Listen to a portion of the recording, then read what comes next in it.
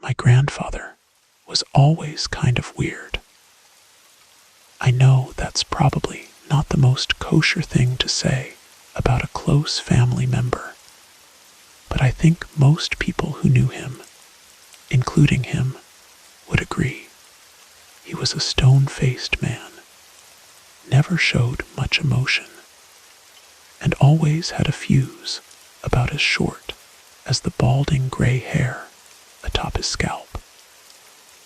He wore a seemingly perpetual scowl upon his face and a narrowed brow that seemed to sneer with that get-the-hell-off-Milan energy that only a proud boomer could properly muster.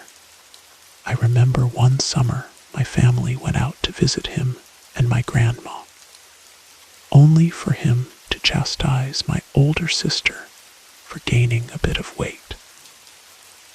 It, of course, made her cry and quickly devolved into a huge family drama that may never have been fully resolved. In stark contrast, my grandma was the most loving and kind person I've ever known. So when she passed a few years ago, it really struck my whole family hard. The funeral was a sordid affair, with my grandfather remaining distant the entire time, and not bothering to say a word on her behalf. The rest of the family gave eulogies and tried commemorating her the best we could, but Grandpa seemed not to notice or care either way. Once the ceremony concluded, most of the guests dispersed from the church. As the attendees thinned, I found myself alone in the pews. Grandpa was seated up at the front, and although I didn't necessarily want to talk with him, I felt as though I should. "Hey, Grandpa, I'm really sorry for your loss." He turned to me, a look of spite etched upon his face. He seemed to take note of my expression, and has faltered into a sigh. "Thanks, buddy. Tough day for all of us." He dabbed his forehead with a handkerchief and swallowed hard. In that moment, I saw my grandfather in a way I never had before. He was broken and vulnerable, newly alone in the world, and clearly struggling to come to terms with it. I felt for him, and although we've never had the best relationship, I very much wanted to try and be there for him. Grandpa rose from his seat and approached the casket. He put a hand down upon it, speaking softly under his breath. "Don't worry, darlin'. I'm right behind you." Grandpa and I talked a bit more, and eventually I decided he could use some company for the night. Although he was off-putting as a person, he was family. There was also something I always found interesting about him. There was something about him that always enthralled me. Despite his cold exterior, I knew there was more to him than just mean for mean's sake. Either way, no one should have to mourn alone, and so I decided to join him for dinner. After the ceremony concluded, I left the church and went to the store and picked us up some fresh steaks, golden potatoes, and asparagus.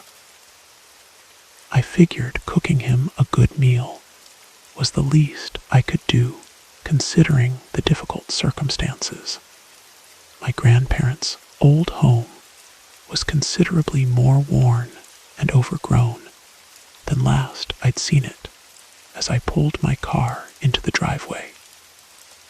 Of course, it was understandable considering the situation, but the difference was stark.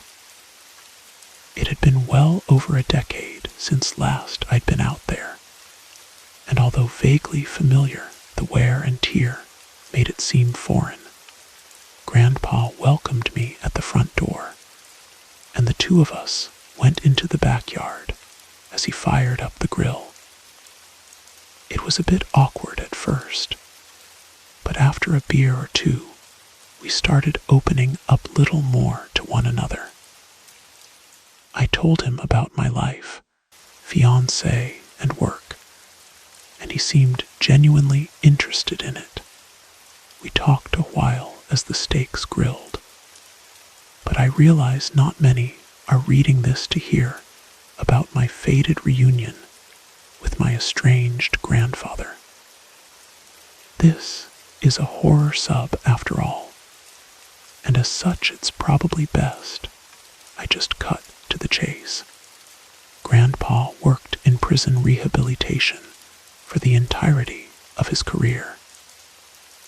He began at just 18 years old as a prison guard, and eventually worked his way up to warden, which he presided as up until his retirement several years ago. I asked him which prison he worked for, but he sort of avoided the question. Boy, that's gotta be a tough line of work, huh? I floated the question out, and he paused to ponder it. He swished the beer in his bottle before shrugging. You get used to it, like anything I suppose, but it'd be a lie to call it easy. Always gotta be on your toes, anticipating things to pop off at any moment. Never know what to expect really. He told me a few stories he had from his long tenure of corrections. He almost seemed overly eager to talk about them, and it made me realize he probably didn't have anyone else to tell them to. He was a bit of loner after all, and it made me feel for him that his wife, and likely only real human connection in the world, was now gone. The two of us ate our dinner and continued chatting about his work in the prison industry and the miasma of experiences he was subjected to there. He had plenty of light-hearted stuff about coworkers and various interactions with inmates, but his tone seemed hampered. I don't know how to explain it, but it was likely there was something else that bothered him, and I decided to try and coax it out of him. You probably saw some messed up things there too, huh?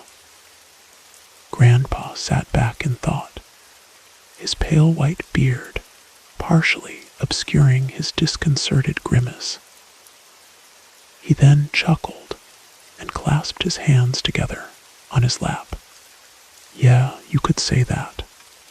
As I'd hoped, he then delved into a few stories about stabbings, attempted breakouts, and attacks on prison personnel. He had no shortage of rather gruesome events to recall, but of course, there was one which dwarfed them all. Then there were the experiments. My interest peaked as soon as he said that. He paused then, his head slowly swiveling on his shoulders. Experiments. Yeah, or clinical trials, I suppose. They can sugarcoat them however they like, but that don't change the reality. Far as I know, they never even published the findings, and I'm not surprised. He was clearly a bit reticent to divulge the details, and I didn't want to push him on it. The admission alone seemed to hang like a weight on his neck, dragging his posture down and his eyes into fog. If there is a God out there, I can understand why we never hear from him. Grandpa said he had been working at the prison for a good 2 decades when these experiments began. By then, he was the lead guard on shift, and essentially second in command to the presiding warden at the time. Grandpa was summoned by the warden one day for an impromptu meeting, or so he thought, as he entered the room, he found the warden with 2 other men in his office. The 2 men were well dressed in blue suede suits with polished black wingtips. Both had neatly combed hair and beards with stark blue eyes. The warden introduced them to Grandpa as Mr. Smith and Mr. Johnson, but did not elaborate who they were or what organization they worked for. No doubt it was some government branch, but I never got confirmation either way. Grandpa explained. Apparently, the 2 men had already struck a deal with the warden, and Grandpa was to be a part of it as well. They explained they were conducting an experiment to test the limits of the human psyche. They explained that all Grandpa would have to do was the same thing he'd been doing for 20 years. Guard the cells and ensure there were no complications with the inmates. The deal came with a substantial financial bonus, one which nearly doubled Grandpa's salary that year. But of course, he knew there would be a catch. The things we do for money. He just shook his head solemnly as he said it. These experiments would go on to be known unofficially as the Seclusion Project. The idea was a simple one. Take 5 prisoners and put them into solitary confinement indefinitely. Smith and Johnson's crew would monitor them and conduct research as they saw fit. The 2 men explained it was important research to determine the harmful effects on the human psyche to further understanding of the brain. But Grandpa saw through it. It was cruel, it was inhumane, and by the end, it was a crime against humanity. They knew that from the beginning, but they also knew no one would speak on the behalf of those they chose. 5 inmates were chosen for the experiment. The warden claimed they volunteered for a reduced sentence, but Grandpa knew that was a lie. To put it simply, the 5 chosen were among the worst offenders currently imprisoned. Prisoner 1 was a middle-aged white male who had been convicted of multiple counts of aggravated sexual assault against minors. He'd been sentenced to 57 years and had served just 4 up to that point. Prisoner 2 was an elderly white male who had been convicted of the rape, murder, and mutilation of 6 different female sex workers over the span of 9 years. He'd been given 3 life sentences and was the longest currently incarcerated inmate in the entire prison. Prisoner 3 was a black male responsible for the stabbing murder of an elderly couple and their 7-year-old grandson as a result of a home invasion. He'd been sentenced to capital punishment and had been on death row for almost 5 years awaiting his fate. Prisoner 4 was a middle-aged Hispanic male who had once served as a hitman for a notorious drug gang. He'd been convicted of executing 8 people and disposing of their remains during his tenure, though many believe his body count was much higher. Prisoner 5 was actually the only inmate that wasn't currently incarcerated at my grandpa's prison. He was brought in from another prison, but Grandpa was never able to get a hold of his file to see where he was transferred from or what he was actually in for. He described the guy as a young, very skinny white male with long black hair and evil eyes. Grandpa said he locked eyes with the guy once, and only once, viscerally rattled by the experience. The cells in which the participants were to be housed were in an isolated wing of the prison deep underground. Each cell had to be retrofitted with a number of augmentations, which were completed by Smith and Johnson's crew. It took them almost a full year to do it, but once they were done, the cells were unlike any others. Entirely soundproof from the inside, and entirely devoid of light. Cameras equipped with both infrared and night vision lens were installed upon the ceiling of each cell to monitor the occupants 24/7. Finally, the renovations were completed, and the cells were ready to fulfill their grim purpose.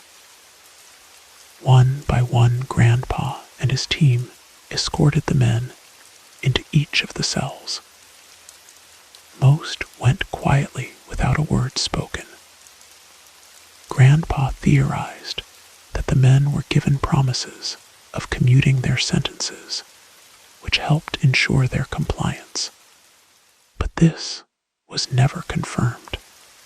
Inmate 3 talked nonstop throughout the trek to the cell, asking all manner of questions about a variety of things. Grandpa and his men just remained silent. Inmate 5 was mostly silent during the transport as well, his long dark hair covering his face the entire way. At several points, Grandpa swore he heard the guy giggle under his breath. He said it sounded like a kid's laugh, and that obviously didn't make him feel any better. The guy went into his cell without protest, and as his door shut, the trials had officially begun. All the lights in the block were extinguished, and the outer soundproof doors were shut. Each cell was separated far from one another to prevent the inmates from being able to communicate verbally. From there, all the supervising team had to do was wait and watch. Grandpa simply went back to his duties then, checking in periodically on Smith and Johnson's team, but never venturing into the cell block. The inmates were to have no contact with the outside world whatsoever, and no exposure to light of any kind. Small slots in the walls were used to distribute food and water, and the inmates were well fed with good hearty meals, unlike the majority of the other inmates in the prison. Grandpa continually emphasized how uncomfortable he was with the whole thing, even from the get-go. "Why didn't you say anything?" I bit my tongue as the words left my lips, worried I would offend him. Grandpa just sighed, his shoulders slumped as his lips pursed. It's hard to speak on behalf of those you detest, even if you know they are being wronged. There was a profound truth to his words, and it made me take pause as he added another thought. It's not an acceptable excuse, but he just trailed off there, shaking his head and sighing. After just a few days of seclusion, the inmates were already struggling quite a lot. Inmate 2 had been crying periodically, while 3 showed signs of severe paranoia. The other 3 remained mostly silent. 5 was the most unnerving, however, sitting almost entirely motionless for the entire day aside from sleeping. 4 tried to keep himself busy doing calisthenics, like push-ups and sit-ups, while 1 mostly just laid around in various positions, slipping in and out of consciousness. On the eve of day 5, inmate 2 had slammed his head into the side of the cell and began bleeding from his nose and mouth. After the impact, he fell and convulsed for several seconds on the ground as blood dripped from him. He fell still, and my grandpa anticipated them conducting a medical intervention, but they never did. They just continued to monitor as inmate 2 was left to his own devices. Later that same day, and inmate 3 suddenly screamed. He began scrambling around his cell blind, slamming into walls and babbling incoherently. "There's something in here, man. Let me out." He shouted the words as tears poured from his eyes.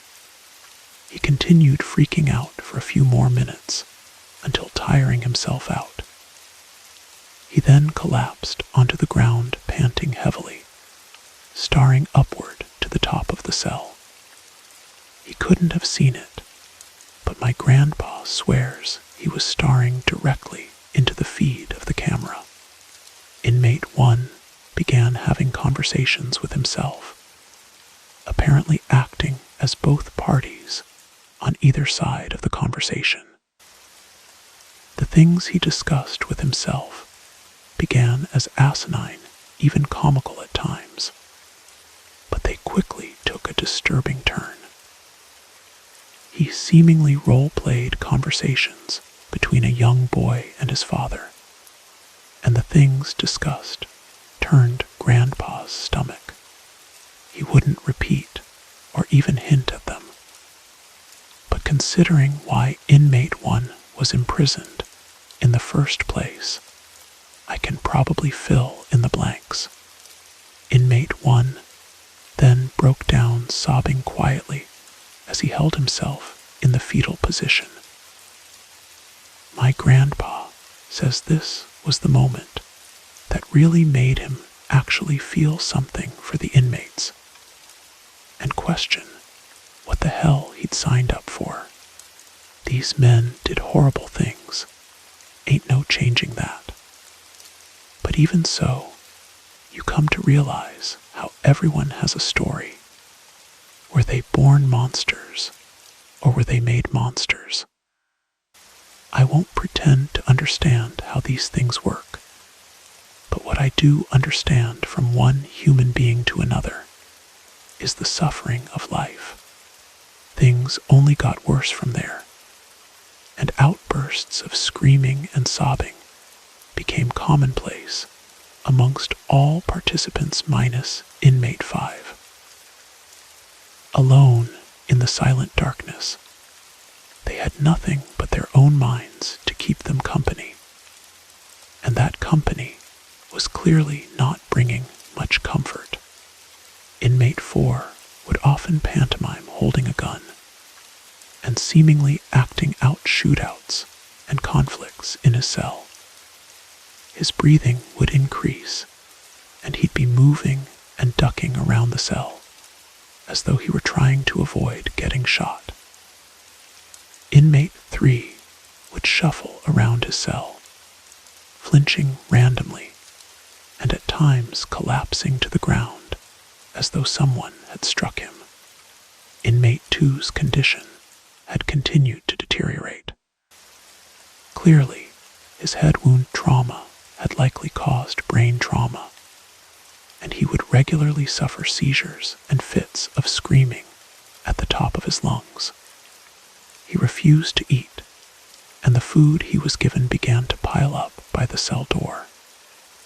Some of the prison personnel wanted to retrieve him for medical assistance, but Smith and Johnson wouldn't allow it. They were told time and time again that no matter what happens to the inmates, they were not to intervene. By day 9, inmate 2 was dead. He'd been laying motionless face down for nearly a full day when his passing was finally confirmed. As they rewound the footage to try and determine the time of death, they noticed something odd. As soon as inmate 2's chest had stopped moving, inmate 1 suddenly perked up. He then lifted his head and smiled, extending his hand to wave at something as though he were saying goodbye to an old friend. He, of course, had no way of communicating with inmate 2, nor knowing he had passed. It was a weird event, but it was regarded as a simple coincidence. Inmate 1 continued to deteriorate after that, spending most of his time just sitting catatonic in his cell. Inmates 3 and 4 also continued to show signs of severe delusions and paranoia. Inmate 4 would randomly burst into fits of screaming, as though he were threatening a rival, before reverting to hysteric sobbing as he begged to be let out of the cell. At one point, he punched the wall full force, shattering his fist into a mangled mess of flesh and bone. Contrary to the rest, inmate 5 hardly ever made a peep. He would sit motionless in his cell for hours, hiding his face as he seemed to meditate. Every once in a while, he'd look directly into the camera lens though, despite not being able to see it. My grandpa said he still gets chills picturing the way the guy smiled, and swears something about him was downright evil. Let me ask you a question. Grandpa suddenly interrupted his tale. Behind the smoldering campfire, I spied him staring down at his boots, swirling his whiskey in his glass. His eyes then drifted to me, an almost hesitant aura in his eyes. Is it evil to do evil things to evil people? I thought about it a moment, a cold chill slithering down my spine as I anticipated where this topic was headed. I wish I could say I came up with some profound response, but I didn't and still don't have one. In the end, I just shrugged and took a swig of my lager. Grandpa's expression then shifted, as though he were at a similar stalemate himself. I fear the day the world finds an answer to that question.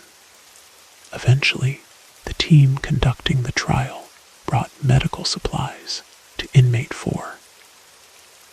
As soon as the guard slid open the access port at the bottom of the door, inmate 4 lunged for it. "Let me out, man, please. You gotta let me out. I'll do anything." He tried grabbing at the guard through the port, but the guard managed to retreat away. He then slammed his baton on the man's hands until he recoiled back inside. The guard flung the tray of food along with the medical supplies in after him and slid the port shut. Inmate 4 began to sob hysterically, switching between bargaining and yelling threats for nearly half an hour.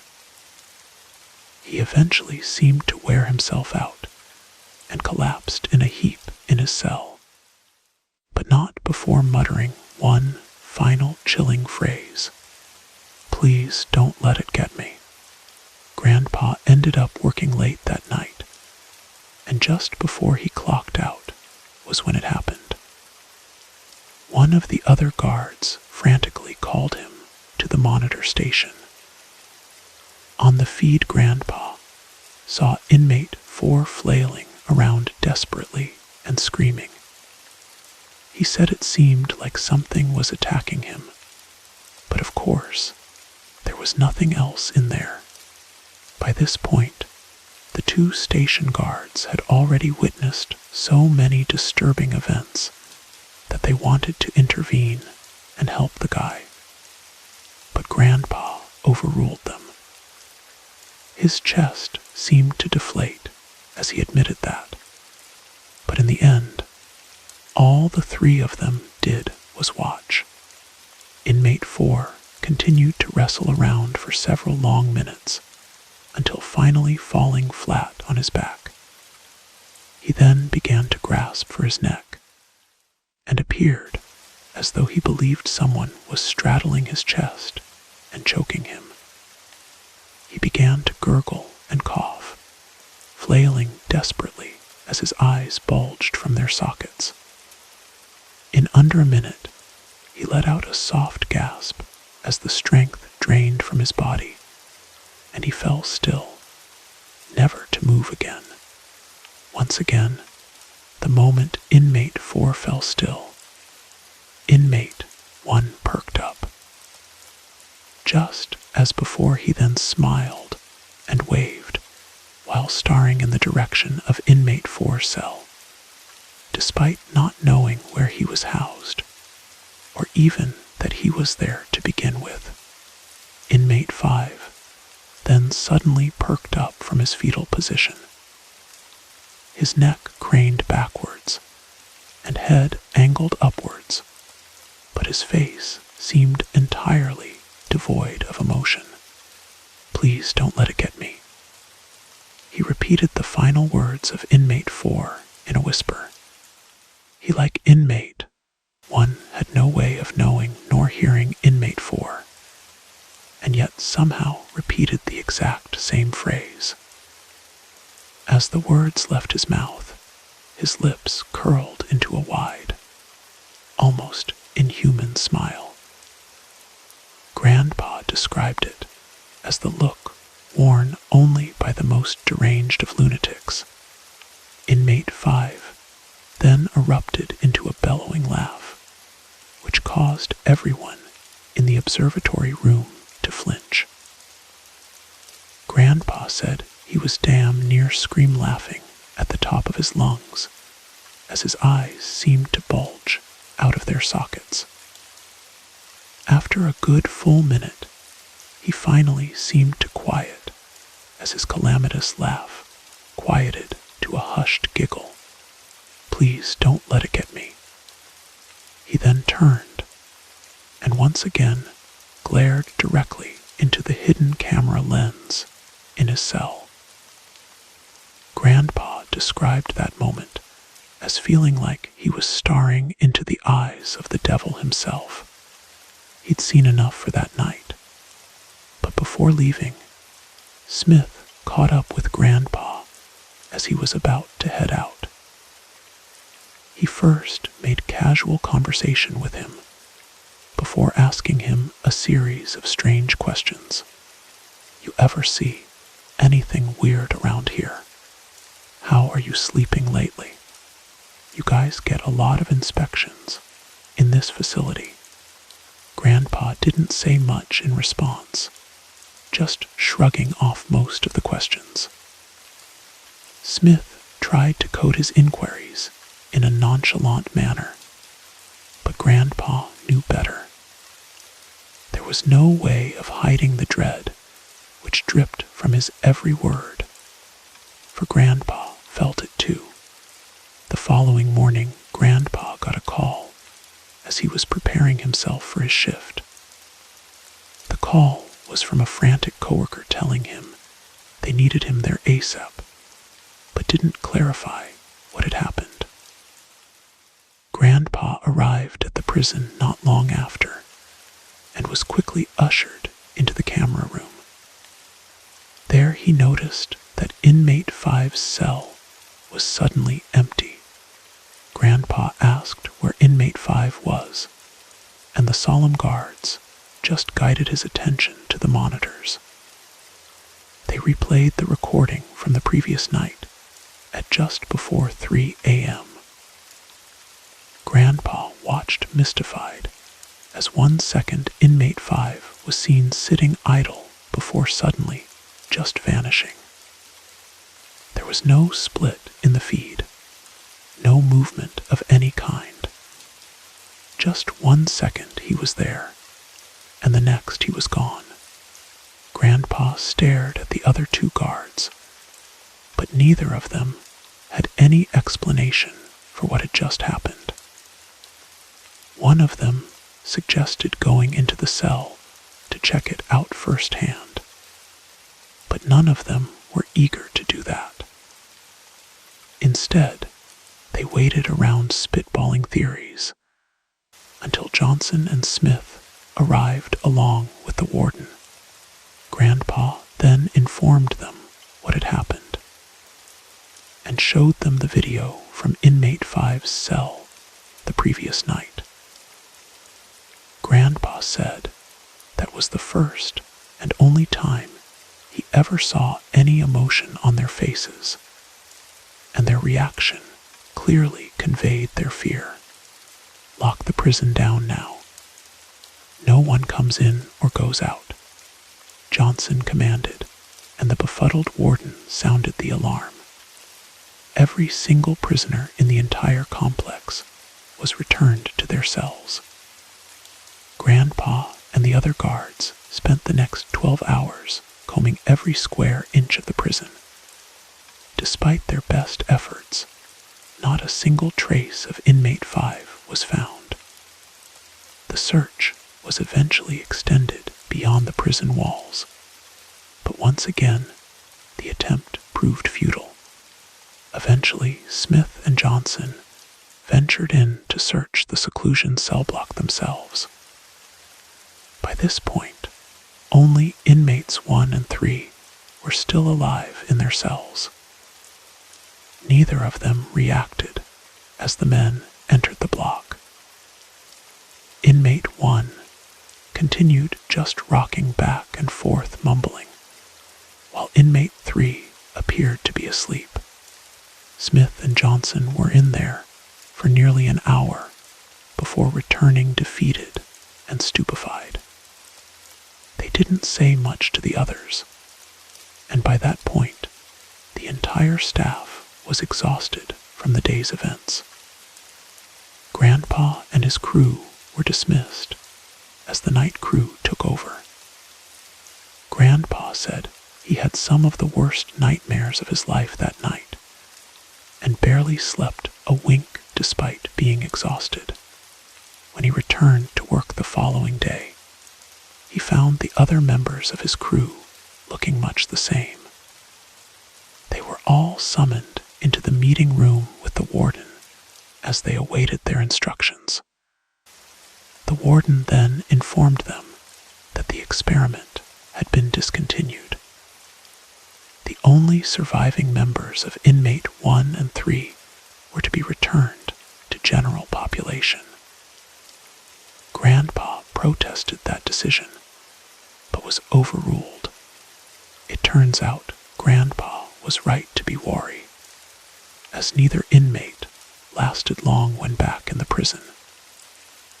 Inmate 3 began behaving like a cornered animal, showing signs of paranoia and aggression. He got in multiple fights with other inmates, until one scuffle ended with him getting his head slammed into a bed. He ended up dying from severe cranial hemorrhage not long after. Inmate 1 was much more composed, but no less traumatized. He just kept to himself, refusing to eat and isolating himself from everyone. After about a week of his self-imposed starvation, Grandpa's team prepared to intervene. They found him dead in his cell the following morning. His body was taken for autopsy, but the coroner could not determine a cause of death. Apparently, the fallout from this event caused the former warden of the prison to step down. My grandfather was named the new warden shortly thereafter, but a lot of the other guards ended up leaving as well. For a while, the management was worried about a potential legal investigation, but as time went on there was nothing. They never heard from Smith or Johnson again, and in time people forgot. But Grandpa never did. He polished off the remainder of his beer and clasped his hands before him as he concluded his story.